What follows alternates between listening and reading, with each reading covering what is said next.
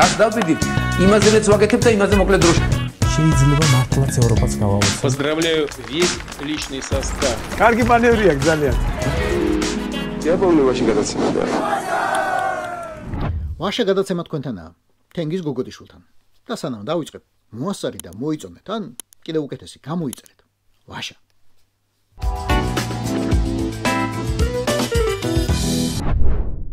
მივიღე გადაწყვეტილება ორი მსჯავრდებულის მამუკა ხაზარაძისა და ბადრი ჯაფარიძის შეწყალების თაობაზე.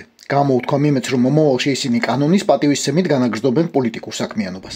ნებისმიერი არასასურველი მოძრაობის შესაძირად ყველაზე მარტივი გზა მისი მეთაურების კომპრომენტირება და ჩაძირვა. კგბ-ს ეგ არ ესწავლება. Сейчас я глубоко сожалею, что не прислушался к голосу моего отца и стал на путь антисоветской деятельности. სვიართ გამსახურდია ამ მონანიების ლაკა 1978 წლიდან ვეღარასდროს ჩამოირეცხა. მიუხედავად ბევრი ახსნა განმარტებისა, მაინც დარჩა ხალხი, მათ შორის ეროვნულ მოძრაობაშიც, ვინც ეს დაგვიანებული თავისმართლება არ დაიჯერა.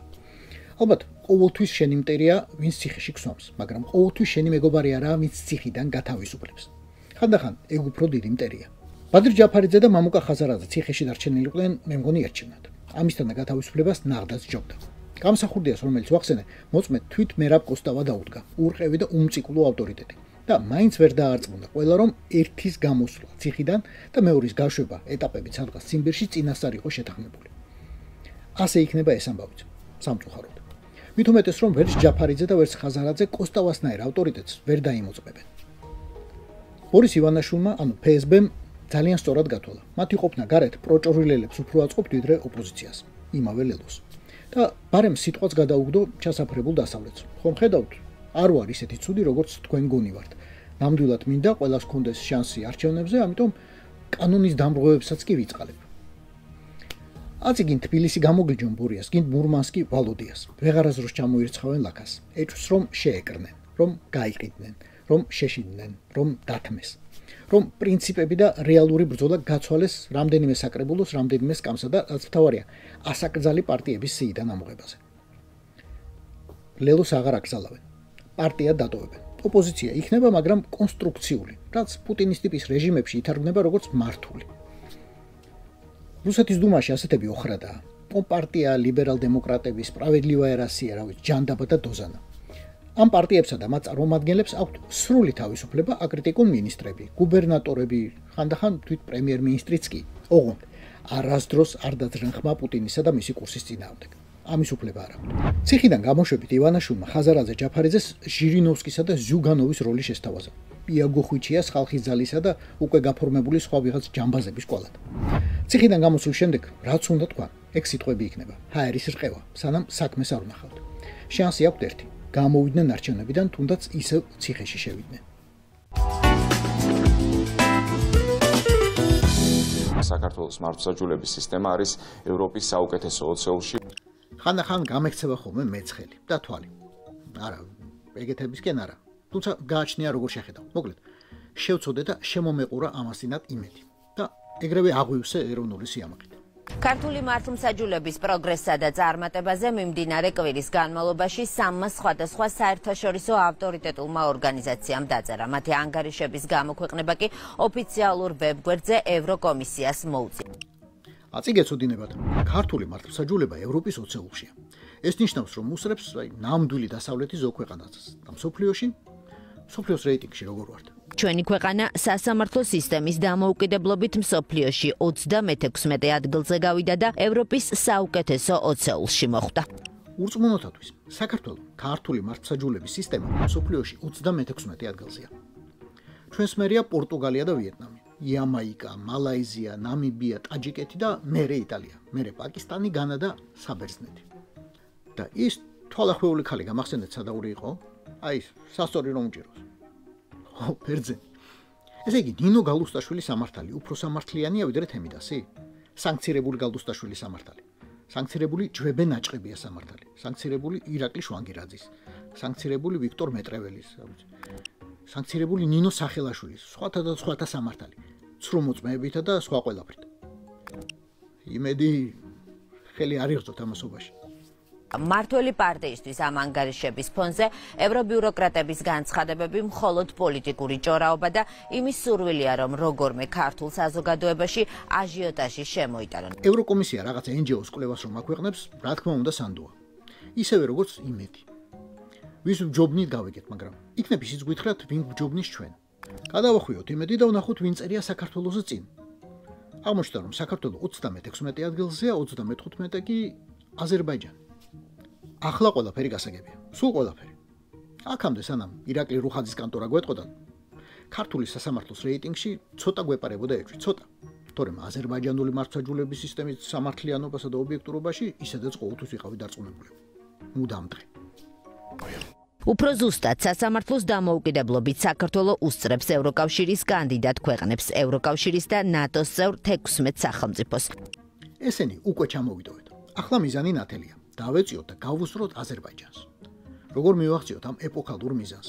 მხოლოდ ყველაზე სანდო და გაუსწრელი მოსამართლეების მოზიდვით საქმისთვის. საქართველოს სასამართლოები აჩვენებენ ევროპული სახელმწიფოების მაჩვენებელს და რიგ ქვეყნებსაც, ნატოს და ევროკავშირის წევრ რიგ სახელმწიფოებს უსწრებს კიდეც ამ დამოუკიდებლობის და ეფექტიანობის მაჩვენებლებს. აი, ამ კაცის გამოჩენა საბოლოო დამარცხება. ეს ყველაზე სანდო, ობიექტური და მიუკერძოებელი მოსამართლეცაა და რესპონდენტიც. მართალია ერთ-ერთი პირველი იყო, ვინც საერთაშორისო სანქციები აიკიდა, მაგრამ ეგ თავის დროზე deep state მაქნა. რა კლანი, რის კლანი, რა პოლიტიკური დავალებების შესრულება, რის ივანაშვილის გავლენა, საერთოდ საიდან მოიტანეთ ეგენ. მოდი, ბერძენთემიდას კი არა, ქართულ ხოხობს გაუმარჯოს ახლა რა. მე მირჩევდია ერთი ხოხობი ალა ზანზე რომ შეიფრთხიალე. ისეთივე თამადა ხართ როგორც მოსამართლე? კი. კაი თამადას როგორც კაი მოსამართლეს ოქროს ფასი აქვს. ოღონდ მოიცა ეს ის კაცი არ არის 2023 წელს რო დაუწესა სანქციები შეერთებულმა შტატებმა. მე აუცილებლად გავასაჩივრებ ამას ამერიკის შეერთებულ შტატებში შესაბამის ორგანოში ეს დეტალები ზუსტდება ეხა ყველაფერი მიმდინარეობს საორგანიზაციო საკითხების მოწესრიგება ინფორმაციის მოძიება ჩემთვის თავარია ეს იარლიყი რაც მე მომაკერეს რომ თითქოს და ვარ კორუმპირებული აი ამას მაქსიმალურად შევეცდები დავიცვა ჩემი თავი ხო ბატონო ირაკლი ამ გახსენებაზე ეგ საქმე როგორაა სადიჩივრეთ იქნებ გაგვიზიაროთ გამოცდილება თორემ თქვენს მერე კიდე იმხელა რიგი დადგა და აინტერესებთ კოლეგებს და არა მხოლოდ თქვენს კოლეგებს რა კიდე გაგამართლეს მოგიხსნეს სანქციები ბოდიში მოგიხადა ეს ფულადი კომპენსაცია თუ მოგწეს ამერიკის უფასო ვიზითა და რა ვიცი დისნეილენდის ორი ბილეთი დაგაჯილდოვეს არა და ხომ შეიცვალა იქ ხელისუფლება თქვენ დასხვებს რომ სანქციები დაგიწესათ ის ხალხი საერთოდ აღარა ადმინისტრაციაში და კიდევ გერჩიან რა ვიცი 2 წელიწად ნახევარი გავიდა და აქამდე რამე იმეილი მაინც არ გამოგიგზავნეს ხო და აიღეთ ახლა და ეს სიუჟეტი გაუგზავნეთ. აუხილეთ თვალი ქართული სასამართლოს ობიექტურობასა და სამართლიანობაზე. ეგენი ხომ იცით, იმეც განსაკუთრებით უჯერებენ ხოლმე.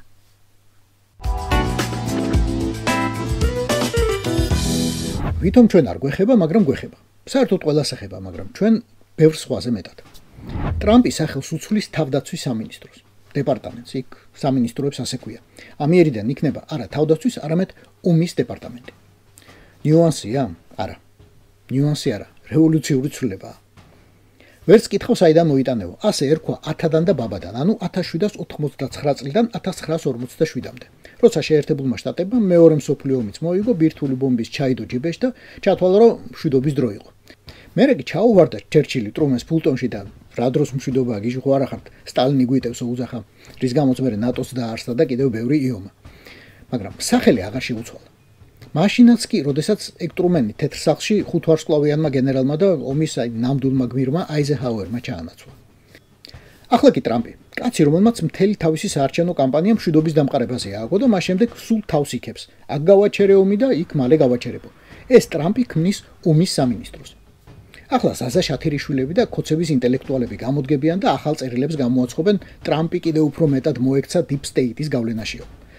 მაროშკინები და ქოცების ინფლუენსერები, მერტო გადავარჩინე, გამოვარდებიან და იტყვიან, აბა ომი გინდა დონალდო. ეგ ყველაფერი იქნება. ჭეშმარიტი ქოცები ამას ჭამენ, მაგრამ ჩვენთვის მთავარია მოკავშირეები რა სიგნალს მიიღებენ. რამდენად გაიზრდება შორი მოქმედების რაკეტების წარმოება, როგორ განვითარდება ლაზერული შეიარაღება, რა შეკვეთებს მიიღებენ ავიამშენებლები, სად რჩება ამერიკული ბაზები, სად გაუქმდება და სად გაიხსნება. შეგიძლიათ ეს ნაბიჯი ჩათვალოთ პასუხად ფუტბოლისტ მიხეილ ყსტერილზეც, რომელმაც ალბათ უკვე ჩააღწია ვაშინგტონამდე და პოსტიდან გაუხსნელად პეაპირ ნაგვის ყუთში აღმოჩნდა. ამერიკასაც ყავს ამ საქმის შიდა კრიტიკოსები, აბა სხვა როგორ იქნება? მილიარდები დაждდებაო ამბობენ. ამდენი დოკუმენტი უნდა შეიცვალოს, ამდენი აბრა და წარწერა. მაგრამ ეგ წვრილმანებია, მილიარდიანი წვრილმანები. თავარია, ტრამპმა აღმასრულებელ ბრძანდებას ხელი მოაწერა ჩინეთის გრანდიოზული აღლუმის მესამე დღეს, სადაც ერთმა დიქტატორმა, რამდენიმე სხვა დიქტატორის თანდასწრებით, ბევრი თანამედროვე და პოტენციურად ძალიან საშიში იარაღი გამოაგორა. პოტენციურად დასავლეთის წინააღმდეგ. Not with the Department of Defense, but with a War Department. ჩვენ დეპარტამენტში მებრძოლის სული აღვადგინეთ. მებრძოლები გვჭირდება. ხალხი, ვინც იცის, როგორ გაანადგუროს მტერი. აღარ გვინდა გაუთავებელი საგანგებო სიტუაციები და თავდაცვითობის თამაში. ამაზე ვმუშაობთ. დაგველოდეთ. გელოდებით ბატონო თავდაცვის მდივანი, ბუდიში, ომის მინისტრო. რეგიონში, რომელიც თქვენზე მეტად დაიღალა საგანგებო სიტუაციებით და თქვენზე მეტად სჭირდება მგონი ამერიკა. რაშამს ის ვინც ცეცხლი უნდა ჭამოს. რუსეთის დუმის ბეჭდურმა ორგანომ სახელად პარლამენტსკაია გაზეტა ერთობ საინტერესო მასალა მოუმზადა მკითხველს თემაზე დეპუტატების საზაფხულო დიეტა. ქართული მედიას თუ მიბაძავს მას, უაღრესად საინტერესო იქნება. რუსის დუმაში კი ზოგს თურმე რა უჭამია, ზოგს რა. დეპუტატმა ტატიანა ბუცკაია. კი, აი, ამან. მეგრელი არა, მარგალებ ტყურად იხარით, გური ყვაზახით. აი, ამან განაცხადა, მე, აი, ვგიჟდები ვარენიკებზე ალუბლითო. მაგრამ ხაჭოც კარგია და სალათიცო. ზოგადად, რუსეთის შუაზოლის სურსათი მიყვარსო და ჩამოთვალა კარტოფილი, სტაფილო, მარწყვი და კიტრი. ახლა ჟურნალისტები ჩააჭიჭინდნენ ამ ბუცკაიას, რატომ მაინც და მაინც შუა რუსეთში მოყვანილი პროდუქტი, სხვა რატომ არაო? იმიტომ რომ ჩვენი ორგანიზმი ამისთვის გენეტიკურად არის მომართული და საერთოდ არაა შექმნილი მანგოსა და ბანანის საჭმელად. გაიგონეთ? რუსის ორგანიზმი თურმე გენეტიკურად არის შექმნილი და მომართული კარტოფილის მოსანელებლად. 1000 წლეულებია თურმე რუსი კარტოფილის დიეტას იცავს. კარტოფილისა, რომელიც რუსეთში მხოლოდ პეტრე პირველმა შეიტანა და ისიც მხოლოდ ერთი ტომარა, ჰოლანდინა. მერე გავრცელდა უკვე ნელ-ნელა. პარლამენტსკაია გაზეტა ჟურნალისტს ეგ რა თქმა უნდა არ უკითხავს ამ ბატისტვინა დედაკაცისთვის. ალბათ სამსახურის დაკარგვისა შეეშინდა, მაგრამ მაინც საინტერესო საკვლევია, რასის სწრაფით განიცდის მუტაციას რუსის გენეტიკური კოდი. იქნებ ამ ბუცკაია მუკეთიცის, რადგან მაინც ექიმი ყოფილა. კაი, გასაგებია რომ მანგო და ბანანი სიკვდილ კარში არ იზრდება. გასაგებია რომ პატრიოტი ხარ. თუ არ ხარ, უნდა გამოჩნდე, იმიტომ რომ ეძინაერასია სიით ხარ არჩეული დუმაში და თანამდებობრივად გევალება. მაგრამ საგანგებოდ მოუძებნე ინფორმაცია სამედიცინო ლიტერატურაში. მანგო და ბანანი ორივე უიოლესად მოსანელებელი და ძალიან სასარგებლო პროდუქტია. გინდი სიკვდილკარში იყავი დაბადებული, გინდა კუნძულ ჩუნგა-ჩანგაზე. ამიტომ არ ღირს დიეტური მკრეხელობა და სისულელების ლაპარაკი ამხელა ქვეყნის გასაგონად. თუ რა თქმა უნდა ბანანი საკვებად გინდა. თუ არა და მართალი ხარ, კიტრი უფრო პრაქტიკულია. ეს არის ვაშე გადაცემა. თენგის გოგოტიშვილთან. გვიყურეთ, მოგვიწონეთ, გამოიწერეთ ყველა პლატფორმაზე: YouTube-ზე, Facebook-ზე, Instagram-სა და TikTok-ზე. რაც დავდიდით, იმაზეც ვაკეთებ და იმაზე მოკლედ დროში. შეიძლება მართლაც ევროპას გავავოთ. Поздравляю весь личный состав. კარგი მანევრია ძალიან. Я помню, очень гадаться надо.